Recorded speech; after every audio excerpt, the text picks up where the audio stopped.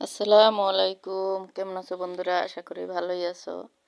আল্লাহর রহমতে আমিও ভালো আছি আলহামদুলিল্লাহ। দেখতে দেখতে কিন্তু আজকে রোজার 4টা হয়েই গেল। তো এভাবেই কিন্তু 30টা রোজা কিভাবে শেষ হয়ে যাবে আমরা কিন্তু টেরই পাবো না। তো আজকে আমার মেয়ে বায়না ধরেছে, সে গরুর গোশত দিয়ে খিচুড়ি খাবে, ভুনা খিচুড়ি। আমি সেগুলোই কিন্তু আজকে রান্না করব। তো আমি রান্না করব গরুর গোশত দিয়ে ভুনা খিচুড়ি। তাতে আমার লাগবে আসলে যে যেরকম খেতে চায় তো সেরকমটাই দিতে পারে। আমি এখানে নিয়েছি মসুরির ডাল, অ্যাঙ্কার ডাল, মুগ ডাল, সাথে আলু, সব কিছু মিলিয়ে আর গরুর গোশত, এগুলো মিলিয়ে আমি রান্না করব। তো এই তো একে একে আমি কিন্তু সব মশলা দিয়ে এটাকে ভালোভাবে কষিয়ে নেব। আর মশলা কষানোটাই কিন্তু মেন রান্নার ক্ষেত্রে আমি বলবো। আর যে আদা রসুনের যে পেস্ট, ওটার যে কাঁচা একটা গন্ধ, সেটা কিন্তু বেশি জরুরি। ওই আদা রসুনের যে পেস্টের যে কাঁচা একটা গন্ধ, ওটা দূর করার জন্য কিন্তু আমরা ফার্স্টে কড়াইতে বা ফ্রাই প্যানে তেল দিয়ে আদা রসুনটাকেই ফার্স্টে দিয়ে ভেজে নেব। তাহলে ওই আদা রসুনের যে কাঁচা একটা গন্ধ সেটা কিন্তু চলে যাবে আর খুব ভালো একটা ঘ্রাণ আসবে। তো এই তো একে একে আমি সব মশলা দিয়ে এটাকে ভালোভাবে কষিয়ে নেড়ে চেড়ে নেব।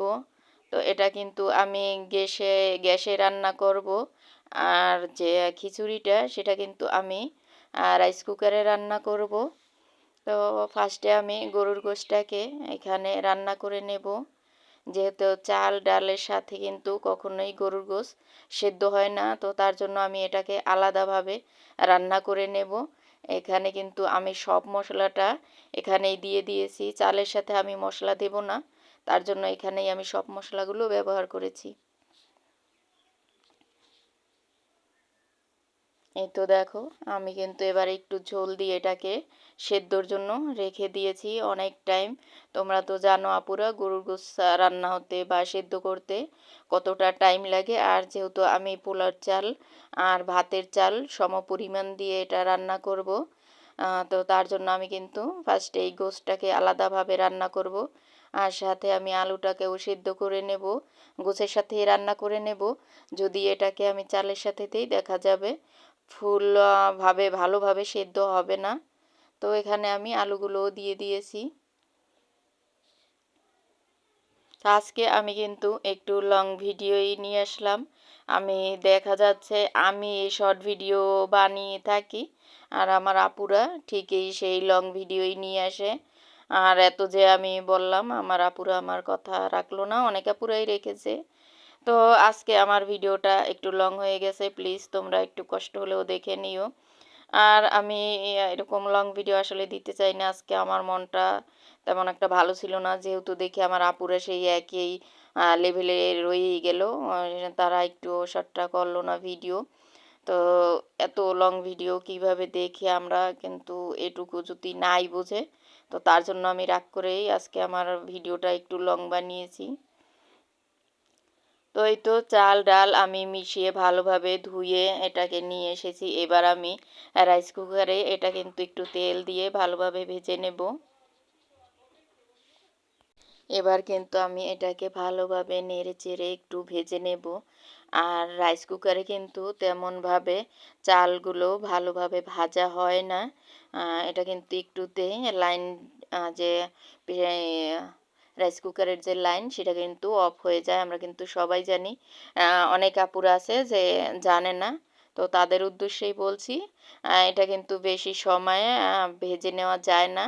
একটু সময় নাড়াচাড়া করার পরেই দেখা যায় লাইনটা অফ হয়ে যায়। তো কিছুক্ষণ পর কিন্তু আবার লাইনটা চালু করে দিলেই হয়ে যায়। তো এই তো আমার চালটা কিন্তু মোটামুটি ভেজে নেওয়া শেষ। এবার আমি একটা ঢাকা দিয়ে এটাকে রেখে দেব বলক আসা পর্যন্ত। আর এদিকে আমি যে গরুর গোশতটা রান্না করার জন্য গ্যাসে রেখেছি সেটাও কিন্তু আমার হয়ে এসেছে। তো এই যে আমি যে অ্যাঙ্কার ডাল আর যে মুগ ডাল সেদ্ধ করে নিয়েছিলাম সেটাও কিন্তু আমি এখানে দিয়ে দিয়েছি ঢেলে। আমি অফ ক্যামেরায় কিন্তু ডালগুলোকে সেদ্ধ করে নিয়েছি। এখন আমি সব কিছু ভালোভাবে এখানে মিশিয়ে নেড়েচেড়ে একটু সময় জাল করে নেব।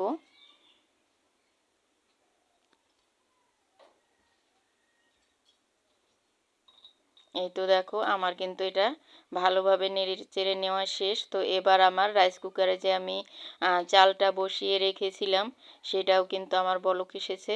তো এবার কিন্তু আমি সবটা একেবারে দিয়ে দেব।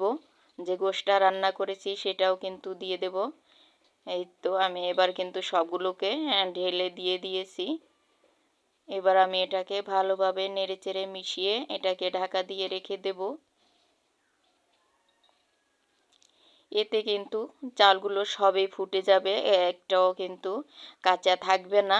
আর এতটাই খেতে মজা। আসলে রাইস কুকারে খিচুড়িটা কিন্তু আমার কাছে অনেক মজা লাগে। আমি জানি না কার কার কাছে মজা লাগে। রাইস কুকারের খিচুড়ি বা পোলাও রান্নাটা কিন্তু খুবই ভালো হয়। আর যে দুধ চাল দেওয়া সেটাও কিন্তু খুবই ভালো হয়। এই তো দেখো আমার কিন্তু খিচুড়ির যে পানিটা সেটা কিন্তু অনেকটাই কমে এসেছে। তো এরকম পর্যায়ে আসলেও কিন্তু রাইস কুকারের লাইনটা একা একাই অফ হয়ে যায়। যেহেতু এখানে আমি অনেক ডাল ব্যবহার করেছি, নিচে লেগে পড়লেই একটু লেগে গেলেই দেখা যায় রাইস কুকারের লাইনটা কিন্তু অফ হয়ে যায়। তো এখানে কিন্তু টেনশনের কোনো বিষয় না। অনেক নতুন আপুরা আছে জানো না, তো তাদের জন্যই বলছি। তো এখানে টেনশনের কিছু নেই। একটু লাড়া দিয়ে আবার তুমি নেড়ে চেড়ে যদি একটু নিচের থেকে লাগানো ভাবটা তুলে দাও তাহলে কিন্তু ঠিক হয়ে যাবে। তো আজকের ভিডিও এখানে শেষ করছি। আল্লাহ হাফেজ।